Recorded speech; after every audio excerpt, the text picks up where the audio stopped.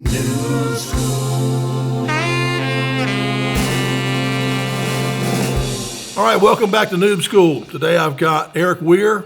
Erik is the CEO of WCM Capital. You said Global Wealth. Global WCM Wealth. Global Wealth. WCM Global Wealth. And I'm not a real estate person, but my understanding is that means you're a real estate magnate. We've done some real estate. I don't know if I'd go that far. I wonder what level you have to get to be a magnate. I'm not sure. Probably maybe in New York or something. I'm sure it's orders of magnitude. Orders of magnitude. Okay. Well, anyway, Erik has done a lot of real estate deals. He does them for himself, and he does them with other people, and not just in Greenville, but all around the world. And in fact, I know one of the stories because I just finished reading this great book of his, Who's Eating Your Pie? That's right. Yeah. I just finished it today. That you somehow got to be the main person to provide the financing for all the Topgolfs. Well, I asked for that. I didn't get that far, but Okay. but for Europe, we're the main person. Cool. And we've partnered with others in the U.S. to do 5 locations in the U.S. That's awesome. That's awesome. Well, let's start with that story, and then we'll get down to some more details. But you knew nothing of Topgolf when you happened to just drive by one, right? That's right. Yeah. Yeah. Where was it? In Miami, was it? Yeah, I think it was Jackson. It was in Florida, maybe Okay. Jacksonville or Yeah. the Tampa area. But I was with his son, and I usually travel with him, and we'd flown down there, and I was kind of shadow day or whatever. Yeah. Right? So we're going to a meeting, and they canceled. And I'm like, wow, gee, we are down here, and drive by, and my son saw the netting. You know, Yeah. the big signs, Topgolf. And he's, let's go there. And I'm like, okay. And I just thought it was just a driving range. I'm like, okay, I can do Yeah. that. And I get there's decks and there's food and there's TV and tracks the ball. And I'm like, this is a pretty cool concept, right? Yeah. And then the food was fantastic. And we stayed like an hour and a half. And I'm like, this is expensive, but it was also fun. Yeah. But I felt like it was a good value for the money. And I thought, man, I would love to own one of these one day, you Yeah. know? And then, kind of forgot about it. And then Father's Day came up later that year, and they were like, what should we do? And they said, let's go to Topgolf. So there wasn't one in Greenville at the time. We Yeah. drove to Atlanta. And that's kind of how, and then everyone had a good time, all the way to my youngest, to my oldest, to my dad. We all had a fantastic time. And I realized that you don't have to have golfing ability. It's just about, the swinging of the motion, the contact with the club, laughing, eating, and just Yeah. enjoying yourself. So that just really, I'm like, this is a great concept. Yeah, yeah. And so you levered that to finding out who the owner of this whole concept was? Yeah, there was one coming up in Greenville, and I asked somebody, wow, what's going on with here? And he's like, well, this is Topgolf, and wow, fantastic. And they said that they were changing, the person who provided the capital for a lot of their construction and buying the property, and they would lease it back from them, had reached saturation. They've done like 25 or 30. They like it, but they just don't want more of it. Mm-hmm. I go, I'd love to be in those shoes. So I got the name of the chairman of the board, and I flew with another son out to Las Vegas, met with him, and asked him, I said, I'd love to be your worldwide exclusive source of financing. Yeah. And he's kind of laughed, and he's like, he goes, well, what makes you think you do that? I'm like, well, I mean, we've done some, I learned from some smart people back in the 90s, did some things around technology banking. I said, if I had exclusivity, I think that anyone in the world would have to come, and then it would be create more value for you. So he's like, well, it's above my call. I'll set you up with the board. So then I flew to Dallas and met with the board and spent the day with some of the executives and had a great time. Great people, very smart, very focused, really good energy. And I said, I'd like to be the worldwide exclusive financier. And they're like, well, Erik, wow, that's a big ask. How much money do you have now? And I'm like, as of right now, I'm like, not $1. And he started laughing. And then one guy goes, I like that guy. Yeah. And I said, well, I think it'd be good for you just because, you've heard of De Beers family, control diamonds. There's more diamonds than rubies, but diamonds are more valuable because of the pace at which they enter the market. And I'd hoped to get the worldwide exclusives, and I didn't. But they gave an opportunity. We partnered with some other people, and everything's done as a team, and everything's done individually. And the team we put together was able to pull it off. Yeah. And we did 5 in the U.S. And through the process, I kept asking for introductions to other parts of the world. Yeah. And I met the folks in South America and Europe and other places, and we had an affinity for the folks we met in Europe. And when they were forming, before they had their first location, we became investors. And our idea was we'd like to be your largest single investor, and also would like to help with securing capital and your growth through Europe. And we agreed to that. We've been doing that now for about 4 years. That's so cool. That's such a wonderful thing. I mean, first of all, in your book, you talk about that you've often learned as you've drugged your boys around with you. They've often pointed out things that you might not think of yourself. It's so true. Pretty amazing. It's so true. No, it's so funny. It's the case. You learn. They'll look at things that are obvious to them, or like, didn't you talk about this, Dad? I'm like, yeah. Didn't Proverbs say this? I'm like, yeah. So it's like, wow, okay. So it was good to have them around. Yeah, that's great. You do the same thing with stocks and stuff too. In your book, you talk about how often, what are they using? What do they like? Yeah, I had my son, like, NVIDIA is like the big AI chip. They announced their big thing, big earnings recently.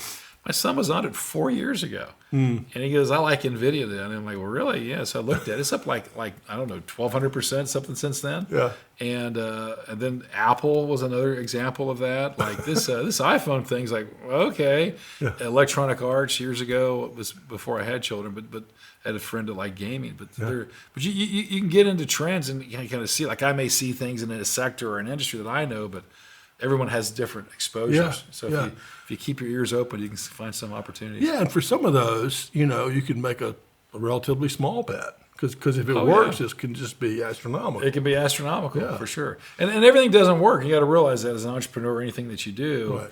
And sometimes it's more don't work than work, right? But if you focus your energy and the stuff that work, do more of it. Right. Interesting. One of my sons told me early on that he says, Dad, you might just want to put like just a little bit of money into these Bitcoin things. Right. And I'm like, I talked to my dad about it. We've both been investors forever. And I'm like, I think we should just tell him to be real careful. Be real careful. Of course, he took $1,000 and turned it into $100,000. And, we got real quiet. Right. There's some amazing stories about Bitcoin. Yeah. Well, that's very good. That's very good. You've got 5 boys, right? 5. That's right. That's wild. It's a busy time. Well, from 24 down to 9. Yeah. And so one of them I know works with you or works at the office. The other, a couple in college, high school, and then one just graduated college, I guess, a couple of weeks ago from Furman, and then another one is in school, and he's doing some things in I guess acting, and he also does some cowboy things. He's going to the University of Southern California. Oh, cool. And another one starts Virginia Tech, and another one is 9, right? So his hobbies are fishing and Legos and things of that nature. That's cool. And so I know that you're big in the martial arts. What level are you? I'm a black belt in multiple You're a black styles. belt. How long has that been? I started this is going to date me a little bit, but I started before I could drive a car. Wow. And I had my first black belt in, I guess, 1985 was my first black belt. I've had quite a few since then. So I've black belt in Korean styles, a black belt, and some Chinese styles, and some mixed martial arts. So it's been a big part of my life. I competed and done tournaments and sparring and board breaking, things of that nature. So it was just something fun to do. It's good for flexibility and focus. It's difficult, but it's doable. Sure. I would think, I've like you, I've interviewed, hundreds and hundreds of people, and if they have a black belt in karate, it says to me that they can accomplish things. That's right. They can work through some very hard times and be disciplined. That's true. I actually failed my first black belt test. So that was like a big, like, what happened? I had a good job. And then I practiced for 6 months, was able to take it again. But yeah, it's you have to stick to it. You have to push through barriers. You learn respect and you learn flexibility. It's really, it's a fun art. Really learn a lot. The self-defense is part of it, and sparring and competition, but the artistic and just the patience it takes to perform some of the moves. Particularly when I was doing some of the Chinese martial arts, are very the movements and things are very different than the Korean, which is more direct. Yeah. Interesting. Where's your dojo here? Well, here I worked out. Actually, interesting. I was taking from Grandmaster Kim, who was one of the U.S. Olympic Taekwondo coaches. He'd been to the Olympics twice, and he moved to spend his time in the mission field. So since he moved, I've just been working out on my own in my basement because I've done that for a long time. Yeah. But I was studying under him as recently as probably 3 years ago. Okay. All my sons earned a black belt. The 4 oldest ones earned a black belt already under him. Wow. Yes, That's so great. My oldest son had a lot of hand-to-hand type training, and I asked him one time. I said, Jack, so I'm walking down the street. This was last weekend in Hendersonville, and there's these 2 drunk guys out there, and they're kind of fighting along and screaming at everybody, and they're fighting with each other. I'm like, what's my best course of action here? How should I take them on? Right. And he goes, walk across the street. He goes, go around. Yeah, I'm right. like, okay, Yeah, that makes sense. Yeah, that's right. I So, was talking with a Navy SEAL the other day. He was like, he said he got into a scuffle. He said, "Would you try to run? First thing I try to do is run. Then I try to get away. Yeah. And if they push me, I still run. Yeah. If they grab me, then it's a different story. Right. Yeah, but he Right. said that I tried just to avoid. Yeah, that's a good point. So 4 boys are black belts, and then is the 9-year-old going to do it too? He's made it about halfway. He does not have the. He likes it. He's had tremendous ability and flexibility, but he doesn't enjoy it as much. Right. Okay. So we'll see. Okay. Well, I've gotten into a lot of quick details that were just on my mind, but can you give us just an overview of what you do now, what your business is today? Yeah, I work. Today I work with a number of individuals ranging from high net worth to ultra high net worth, and we work with them in investments. Sometimes it's marketable securities with a different part of my business that I'm not as active in today, and others are in alternatives we talk about, like real estate, like a Topgolf or maybe a self-storage sort of thing, or something that's different, alternative to marketable. And then they oftentimes have other advisors they continue to work with, or tax people that they work with. But with us, we're more on the investment side. Okay. So you help them. These are people who don't want to do it themselves. They want to make you part of what they invest in. That's right. Or it could be somebody say, give us advice, and it could be everything from, let's help you with somebody in my firm with your IRA rollover, and that may be 100% at pick a name, Schwab or something else like that. And we'd be an advisor that would help them. Or it could be, I've always wanted to be an owner of self-storage, and I don't know really how to do that, but I'd like to be one of some number of people who come in and are a co-owner. And I'd love to own a piece of a Topgolf, and some other city, maybe Vienna, maybe Milan, or maybe someplace in the U.S. So you look at the unique, return characteristics of that, the positives of the return potential oftentimes, but the negatives are liquidity. It's not like a stock you can sell the day you want out, or things can affect it, like changing interest rates or changing consumption patterns. So you kind of, as much as you can, look at the pros and cons of each deal and say these are something that we believe in, and if you want to participate, we'd love to work with you on it. And some people it makes a lot of sense for them to do it. Other people it's probably best just to stay, buy an index fund and leave it alone. Just depends how you're wired and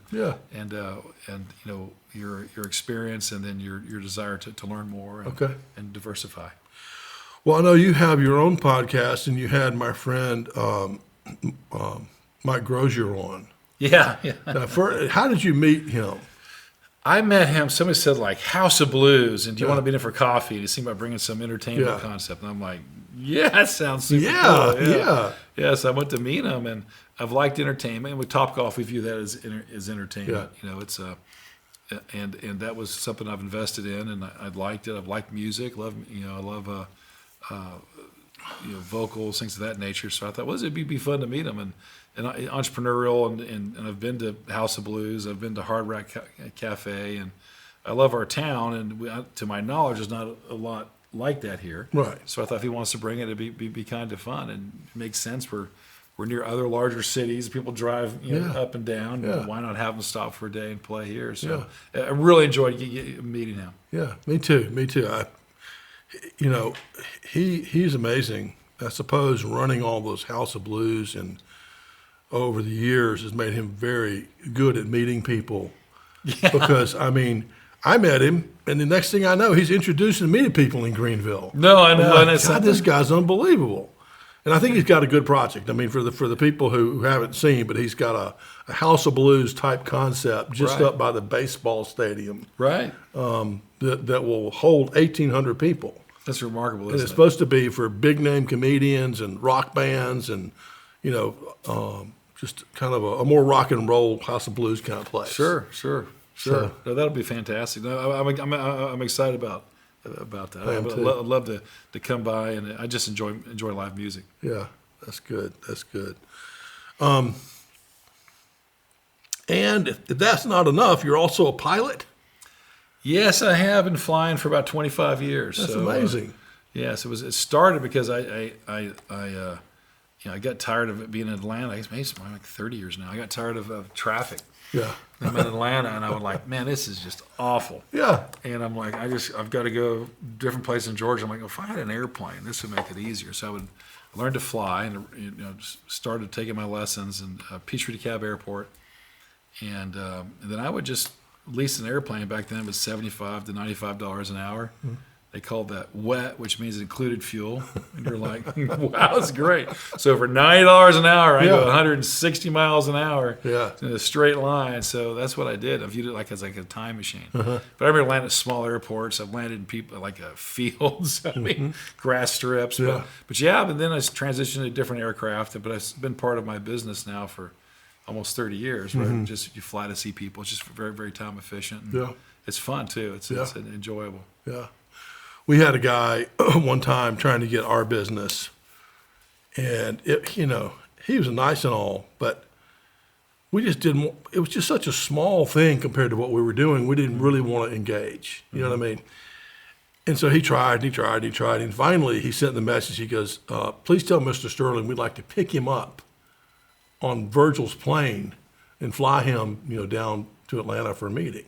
I'm like, I'll do that. Yeah, soon it got convenient. Right? Yeah. And I bet you do that too sometimes, that it's hard to say no to. I have done that. Yeah, flown people in. I've also just stopped to meet them. And oftentimes people love, if there's a restaurant at the airport, people love to watch airplanes take off and land and go meet people. And it's kind of like the Topgolfs we do. It's very convenient to meet people at Topgolf. Right. I had people that would never want to go and they do lunch, but Topgolf, that sounds like it's kind of fun, right? Yeah. So it's very convenient. You fly to meet people. I've had them fly to meet with me. So it's fun. That's good. That's good. So I think from the book, I think you started after Georgia State. You went to Georgia State, right? That's right. Now, was that a good school for you? It was good because it allowed me to work. I had 2 jobs while I was going to school. So I was selling commercial real estate. Okay. And I sold my first shopping center deal when I was 18. I guess still at the school there. And then I took the money out and bought stocks. So that's what I did when I got my commission. And then the second thing I did was I taught karate, and I had 3 locations, and I just taught at it was like a major studio, but I would come in and teach it literally like a daycare. So kids. So I taught kids karate for probably 2 of the years I was in school. Yeah. And I really enjoyed it. It was fun. And then I hired somebody to teach for me, and kept it going on for a season.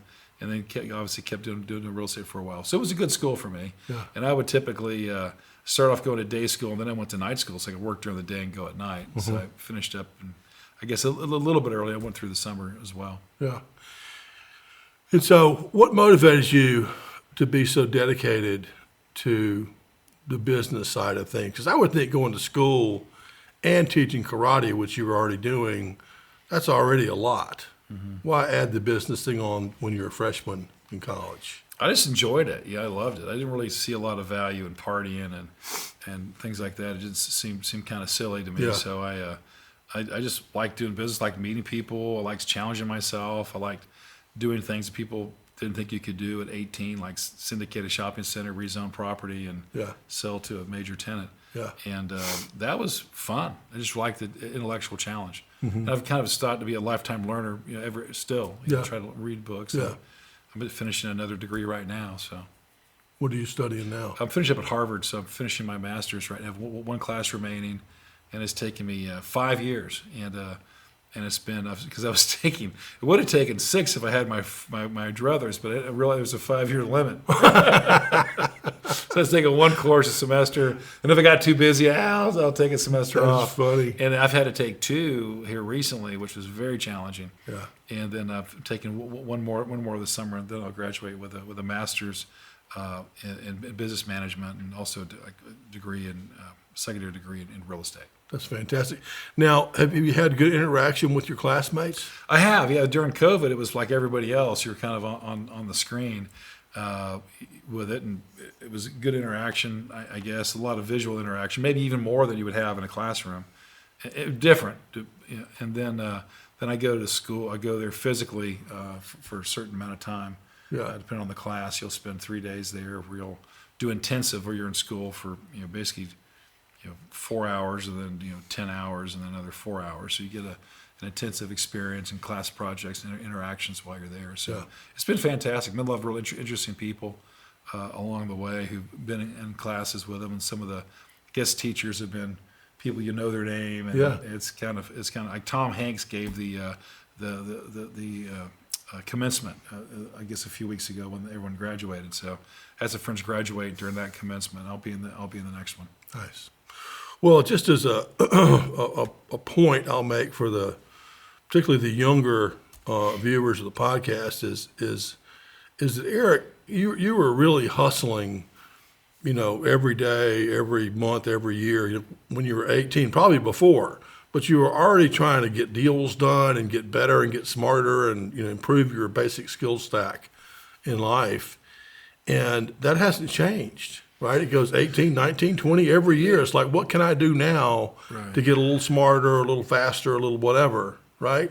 That's true, yeah. So it's so true. And it really started all and I mentioned this, but I had a car accident at 5, and I had a traumatic brain injury. And I thought for years it was just I was scared, but it turned out it wasn't that. And I lost the ability to speak, for a few days, and then I would speak with a very bad stutter.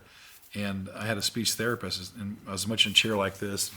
My legs are probably shooting off. And said, Erik, life's going to be hard for you. Oh no! And you could be a failure, and you'll be a recluse if you're not pushed through. Yeah. And in order to fight being a failure or a recluse, you'll have to fight daily. Every conversation is going to be a challenge. Meeting new people is going to be a challenge. You're not going to want to do it. But if you push yourself through these things, then you'll become used to overcoming obstacles. Yeah. And you can likely become very successful. Right. Because you'll see challenges as opportunities. Yeah. So it's up to you. Yeah. Who you want to be. And my parents, to their credit, didn't say, "What a quack! There's awful," or they were super encouraging, or "You're beautiful the way you are." Not that that's not true, but it was tough, right? Yeah. And I had to work on it. It was a lot of effort, years of effort. And when I was 38, I thank God finally for the stutter. I was in a church service, and I was really upset about it because life was hard. I stuttered all the time, and it made people uncomfortable. I said, "Well, God, thank you for making me who I am today." And it didn't stop that moment, but over 2 years, the stutter substantially went away. Wow. Now, if I have too much coffee, it comes back, or get too tired. Yeah. But that was it. And then kind of what started, it was the interaction with the lemonade stand, of having a lemonade stand as a kid. I made like $82 the first day, which is a ton of money. Yeah. And I would point to the sign, and it was 50 cents, and I'm Erik Weir. E's are hard to say. W's are hard to say. F's are impossible. So I was Erik Weir with 50-cent lemonade. So they said, "Well, how much is lemonade?" I'd point, and then they'd say, "Well, how much is it?" And I'm like, 50 cents. Yeah. I realized quickly that stuttering was terrible for being picked on, but it was great for tips, right? Yeah, yeah. And that's how I got started. But then that just led to, me associating, interacting with people with, it was rewarding. And then I went to, buying and selling vehicles when I was 13. I was buying and selling cars, and then, karate, and then, making leather bracelets in between that. But just stuff that was always a business. And I think that people have a lot of music in them. What I mean by that, they have a lot of potential that might even be untapped. They just give themselves potential, give themselves permission to dream, or permission to try something. Yeah. And I think that it leads to more fulfillment, and quite oftentimes a lot more opportunity as well. Right. So I remember that in the book. That tremendous obstacle, really the breakthrough of that and dealing with that became how you were able to overcome so many other things, and take advantage of other opportunities. Oh, sure. And I think it's easy to look at people and think, wow, they've got everything going on, or everything's going their way. Yeah. And really, life's a lot about what you choose to focus on. Right. I could focus on an ache and pain or arthritic or this or that, right? Or do you focus on the opportunity or what you can learn? And everyone has setbacks, and they can be stumbling blocks or they can be stepping stones, right? And you have to think about gratitude. Are you grateful for what you have? Yeah. And your gratitude and your altitude you go to in life, they're never really too far apart, at least when I've witnessed. Yeah. And so I encourage people to dream, to take chances, and to learn, because you're going to have setbacks. Yeah. I love it. That's great. Great story. Now, when you got out of Georgia State, you'd been doing commercial real estate. Is that when you went to Donaldson, Lufkin, and Genrat? I went to Merrill Lynch first. Merrill Lynch first. Yeah, I went there for about 4.5, 5 years, and it's kind of funny. I was really one of the worst people they ever had, because I went to the training, and they hired me because of my real estate hustle, right? I said, well, I think you probably figure it out. And I had to cold call, which means you're literally calling people, total strangers. My manager gave me a white pages and a yellow page. Those are my leads. Yeah. And what I did is I started in the back with the W's, right? Well, W's are hard to say when you stutter. So I'd call, and Mr. Watkins there. This is Erik Weir, Merrill Lynch, in our investment business. Well, sometimes I'd make it through. Most of the times they'd hang up on me. And then it was horrible. I was like in the bottom 20% of the class. And I was working like twice as hard, working like till 7 p.m., 8 p.m. I was being told to quit calling so late. It was horrible. But I lost my voice. I was in chloroseptic and I could hardly speak. So I'm like, I'm desperate. So I started going door to door. And Piedmont Road, there's an office park across from where my Merrill Lynch was at the time. And that's where I started, office buildings. And then I went to like industrial sites and pawn shops. I've had dogs sicked on me, everything. But when I realized, is that when you're knocking on the door and you open it, like, hi, I'm Erik. We're like, calm down. Yeah, come on inside, let's talk, Yeah. And then I, over the next couple of years, opened like 500 new accounts, which is a lot. Yeah. And I went from being one of the worst in the business to the top 1% for relationships and opening accounts. And then from there, I moved to, I saw what's going on in San Francisco and Silicon Valley. This is now the year's 94, and I thought with Intel and Cisco and Microsoft, Oracle, all that's going on, I wanted to move there and be part of the growth in technology and biotech. So that's what I did. And then I started over because people who work with me in Atlanta didn't think I was too smart. We're moving to San Francisco. So they wanted to have a local representative. So I pretty much started over. And then I did the same thing again. Did you go door to door again? I did. Yeah. I went to the Bank of America Tower, which is across from my office building downtown, and and they have security, and they always were trying to throw me out. So and I've been caught a couple times, but I would start like floor 17, then 13, 19, 15, 21, keep them guessing. I opened accounts right away, but it was I got kicked out a lot. Security called me a lot, but I went through Transamerica Tower, and then we go to Sand Hill Road, all the tech companies. They had less security, and then I go meet all the tech founders, and they were usually just getting started. But I've met some big name people when they were smaller and developed some relationships with them over time. That's cool. But it was still mostly rejection. It's 90% rejection. So that was in the mid-90s? Mid-90s, yeah. Okay. Interesting times. Right before the big internet. Oh, yeah. It was a fantastic place to live. I mean, 95, 6, 7, 98, 9. I mean, the NASDAQ went from like 2 to 5,000. Yeah. And it corrected like 82%. Between 2000, March 2000 to the end of 2002. It was a tremendous bloodletting. Well, I'll tell you how smart I am, Erik. I went out there for pretty much the same reasons to chase the technology boom, like in 84, 85, 86 time frame, and I was convinced that I had missed it. Oh, wow. I had missed it, Hewlett Packard, IBM. IBM PC was out, the Peanut was out, Apple was out. I missed the damn thing.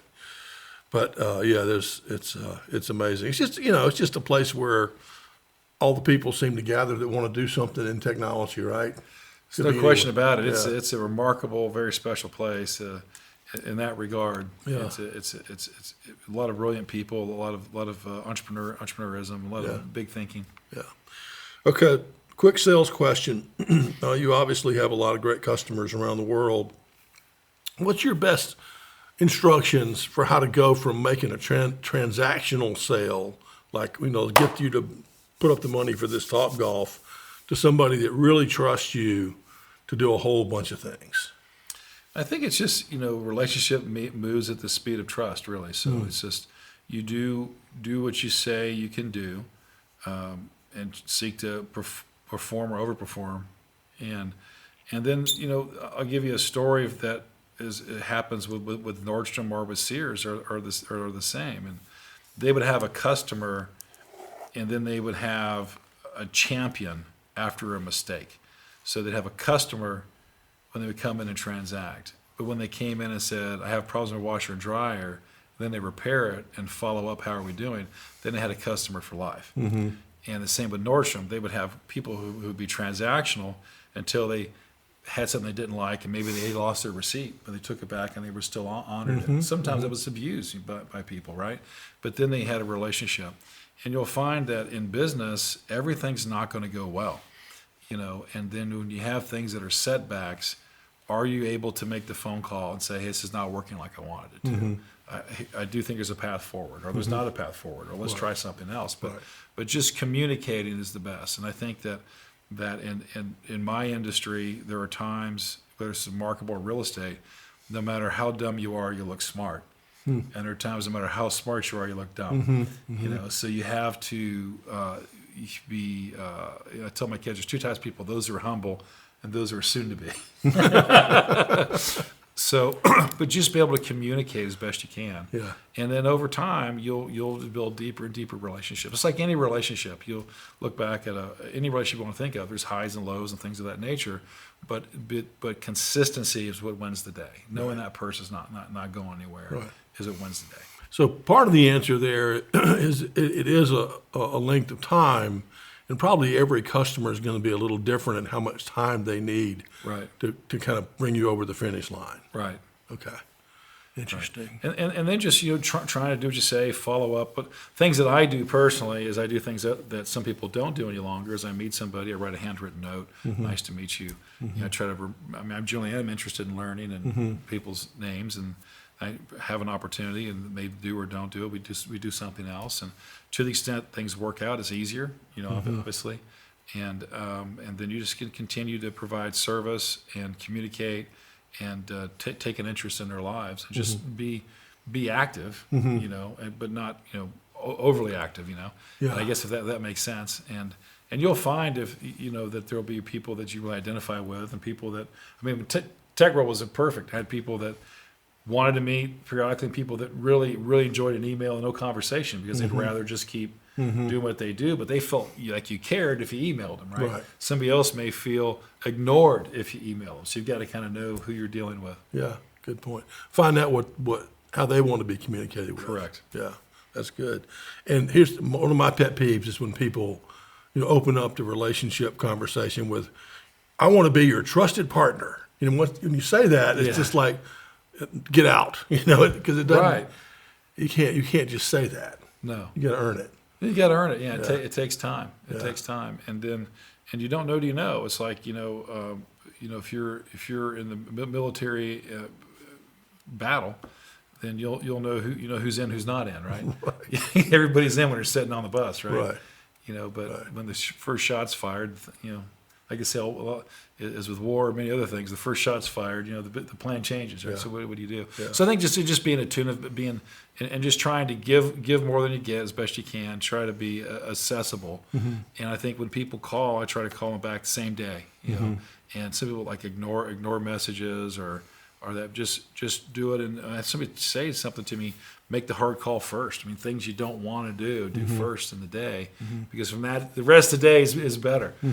So and no matter what business. I'm at Chick-fil-A, and wonderful place to come and visit. There's somebody that didn't get the right meal and they're upset about it. There's somebody who maybe had a bad day and they're taking it out on somebody there. So you just have to, be to be in the moment, to do the best you can, and to treat people with as much grace as possible. Yeah, I agree.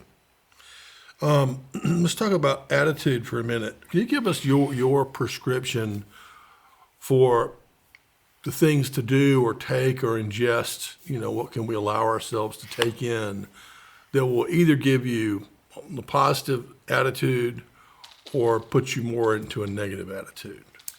Yeah, I think all of us are capable to be in a positive place or a negative place just about any time. So if I were to, and I guess give you an analogy. If we have a garden, and I have problems, I'm gonna call them weeds, and I'll have opportunities. We'll call them their tomato plants or corn stalks. And if I water and fertilize the weeds and I ignore the tomatoes and the corn, the weeds are going to overtake them. Yep. If I try to pull the weeds and water the corn and the tomatoes, give them fertilizer, then I'm gonna have a beautiful garden. And really, it's like that. Somebody said life's parallel tracks. You're always going to have good things happening. You're always going to have things you would change happening. And if you can learn from the ones you want to change and focus on the good and doing more of that, I think that leads to it. And really just come from a position of gratitude. And it's really, and I've told people, even when they're in a bad spot, I said, what if this is as good as it ever gets? I said, would you trade your current 20 years from now, you'd probably give anything to have today's problems. If you were, maybe your health is worse, maybe this has happened, maybe that's happened. You'd love to go back 20 years and take these problems. So just be grateful, and I think gratitude is a way to start, and then try to dream or think of ways to solve problems that might not be inside the four squares, right? And I think just setting and thinking is a very underrated. It's underrated. It's very important. And sometimes the noise of electronics or social media stop us from that. But just taking time to plan and think, and then dream with it. Imagine you can't fail, and then thinking of all the things you would do. And it's not a time for criticizing. And then write them down, and then later you come back and create a critical thought. What steps could I take? Who could I know could help me with this? What am I missing to get here? And begin to build a plan to solve problems. And I think most things are solvable, or at least can have a better outcome than if left alone. Yeah, I agree. That's an interesting answer. I mean, I was thinking more about, like, do I listen to the news or do I listen to a podcast? Or, what kind of inputs are you allowing yourself, and what do you recommend? Yeah, so each day I start with meditation, a little bit. I read a proverb of the day, and then I end up, then for me, I'm very focused. So I'll be like, if there's somebody who I want to read, I'll try to read that. Sometimes I'll just take a news excerpt from an app, like a business news, and I'll just scan what's going on business-wise. Then if it's the Federal Reserve's I'll look at that. If there's things, books, I really am a big reader of books. I read books on real estate. I read Peter Thiel's 0 to 1. I try to read books frequently, or audio books are probably even more in use now. Yeah. So I just try to be thoughtful, and I go through seasonality, so that makes sense. So if it's like I'm trying to learn more about this particular thing, or negotiating, or skills, or problem resolution, or goal setting, then I'll just go to Amazon, goal setting. They'll sort them. Then I might, hear or buy the book or read the reviews or the podcast. That makes a big difference for me. And I'll ask other people, what have they done? And there's a place I'm trying to do. Probably the best thing I do to learn is I look for a mentor and say somebody who's done something I want to do or something I'm trying to accomplish now. Call them and ask them if I can have 15, 20 minutes of their time. Yeah. And that oftentimes makes me go really fast. Yeah, be quick. I tell people when they ask, when clients or young people ask me for advice on that question, I say, well, just think about anything that comes up. You can choose to take a positive spin on it. This, like, let's say I lost my job. Well, maybe I'm going to find a better one. Or you can be neutral and you can say, well, we'll see what happens. We're going to do our best. Or you can be, woe is me. Right. This is not fair. Right. I'm going to go tell someone about it. I'm going to go, Right. whatever. It's just your choice. All those three things are reasonable answers. They're all Right. kind of true. Right. Just which one are you going to choose? 100%. Yeah. And that's it. And then and life's dynamic. I mean, you can make it choose something to be a problem one day, and the next day try to solve it. Yeah. And but that's excellent advice to give somebody. And literally, some of the things that I was convinced were the biggest problems that I had at the time ended up really putting me in a new direction. That was such a blessing. Right. Like who would choose traumatic brain injury as your starting point, right? Right, And right. who would do that, right? Right, nobody. Who would choose failing your first black belt test as the reason you became some of the top rated athletes in the world in that sport? Yeah. So why would you do that? And who would? So you're doing poorly in your first college exam. To say, no, I got to really study. This takes more than I thought. So I think it's the resolve and the persistence to see things through that makes the biggest difference. Yeah, I love it. That's good. Tell us a little bit about kind of the future of what you're working on now at WCM. Yeah, well, I think now I'm just. I wish I had a lot more futures. I'm having more fun than ever, right? So for me, I'm really enjoying the Top Golfs. We've been involved in movies and films for a long time, and sometimes we get involved in those here and there. A little less of that lately. But I'd say for now it'd be the Top Golfs, trying to take them through Germany, Italy, and Switzerland. Those are areas, and Austria that are taking a lot of time. We're enjoying that.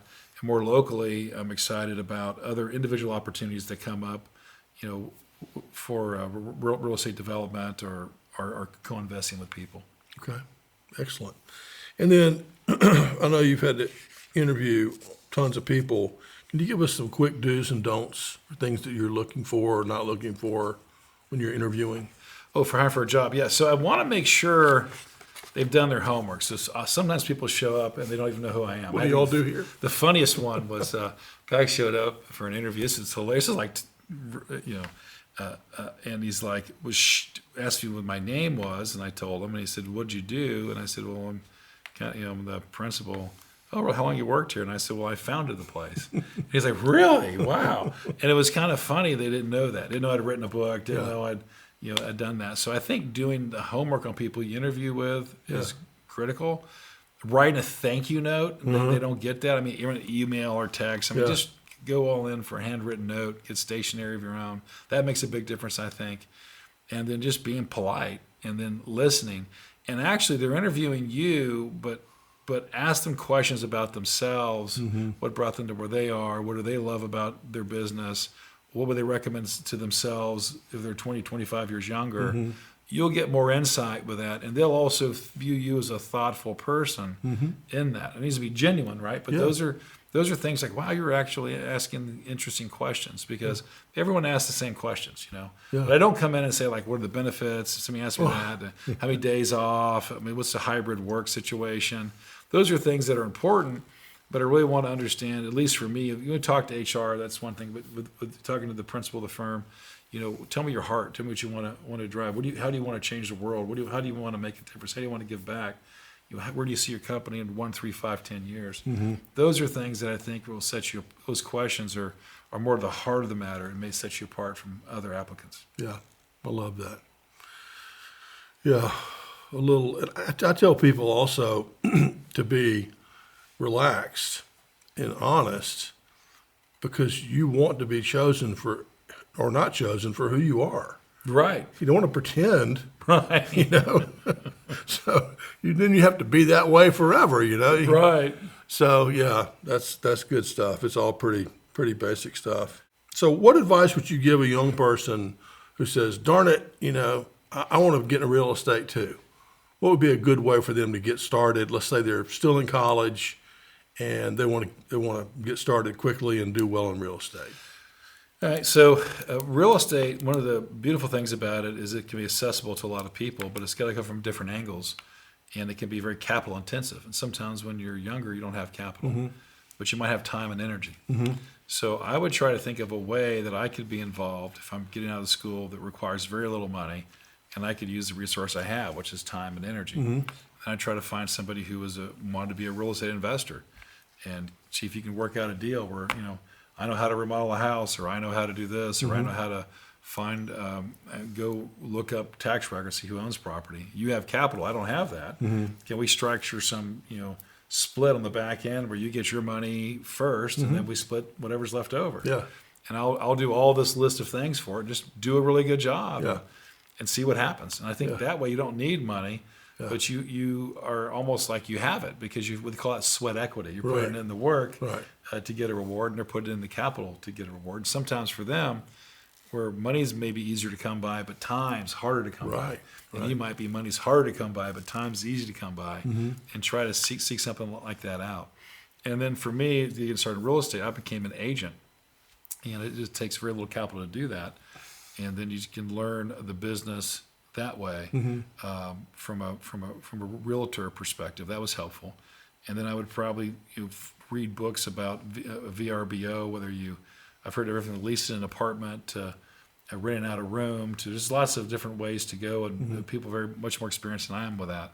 But that's something that I would look at doing if I were getting started. Nice. Well, you're the one they should be listening to. So that's good advice. Find a way in with or without money, and then start doing your own deals as soon as you can, I suppose.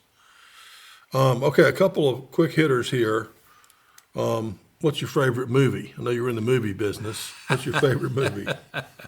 Actually, it's kind of funny. I've liked so many. I mean, as a kid, I like Star Wars. Comes to mind as a kid. It was when it came out. It was like 1977. I think it came out. Yes. And I remember the theater I was in. I watched Me it. too. It was like Yeah. I was like, oh my word! It was just terrible. Those letters started going up. At the beginning, I'm like, what the hell's going on? I know. I saw it in Redding, California, for the first time. Yeah. So, but I remember that like it was yesterday, and it was 1977. That was a long time ago.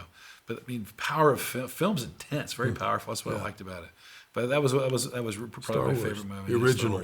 The original, Hell yeah. Yeah. Just Love really that boom, it was in there. And then for its time, and it was just so artistically fantastic for its time, and for the budget. Yeah, I watched it. I was in Clemson. I remember the little theater. Went and saw my friend who lived in Clemson. Saw that movie, and I didn't have any idea what it was. I was not, into any of that stuff. He just said we're going to see a movie. Right. So I was completely shocked. Right. It was great. Yeah. Favorite book? Wow, I have a lot of books. So I read. I read Proverbs every day. But aside from that, I think there are books like probably one of the greatest was Focal Point by Brian Tracy. Just really is good at helping you to zero in on what you want to accomplish. See at the Top by Zig Ziglar, for if you want to be in selling, is a fantastic movie. Peter Thiel, 0 to 1, how to start from a concept to launch a company. He launched PayPal and many other companies. So those are three right off the top. Think and Grow Rich, Napoleon Hill's a classic people have talked about now for 70 years. Yeah. So there are a lot of books that are helpful.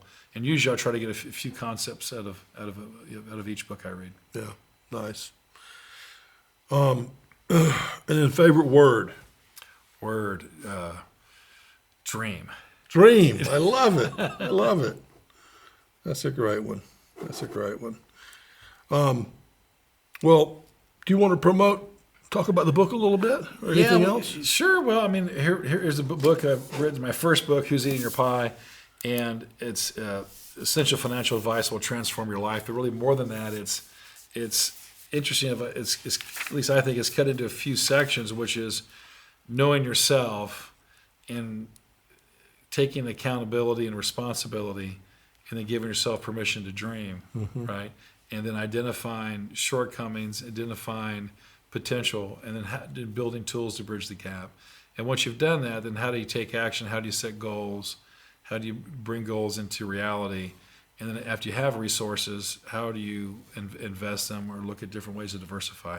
So it's really all in one book. So this is Who's Eating Your Pie? Yeah. And oftentimes what I say is what I mean by that is like, if I were to talk to most people and say, tell me where you're going to make $1 million this next year. And I'm just pick a number for most people. Just, wow, I can never imagine that.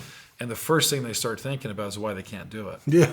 Okay. Why I can't do it. This won't work for me. This is happening. These guys know who I am. These are my obstacles. We've already tried that. Yeah.